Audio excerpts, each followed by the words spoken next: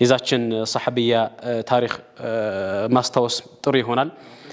አይሻ ረዲየላሁ ዐንሃ እሳቸው ጋር መታ ሁለት ልጆቿን ይዛ የጠየቀችዋ ሴት አይሻ ቤት ውስጥ ምንም አልነበረምና 3 ፍሬ ቴምሮችን ነው የሰጠቻት። ከዛ በኋላ ሁለቱን ለልጆቿ ከሰጠች በኋላ ካከፋፈለች በኋላ አንዷን ልትበላ ስትል ልጆቹ ጨርሰው ወር ላይ ተመለከቱ ወደሷ ስጭን አሏት። ሰጠቻቸው፣ ለሁለት ቆርሳ ሰጠቻቸው። አይሻ ረዲየላሁ ዐንሃ ይሄንን በጣም ተደንቃ ተገርማ ለነብዩ ሰለላሁ ዐለይሂ ወሰለም ስትነግራቸው አተዕጀቢን በዚህ ትደነቂያለሽ ወይ? አላሁ ሱብሓነሁ ወተዓላ በዚህ ድርጊቷ ምክንያት ምን አድርጓታል ነው ያሉት? ከእሳት አርቋታል አሉ። ከእሳት ጠብቋታል።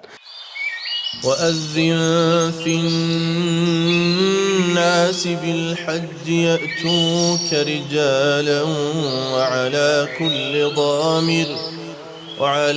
كل ضامر يأتين من كل فج عميق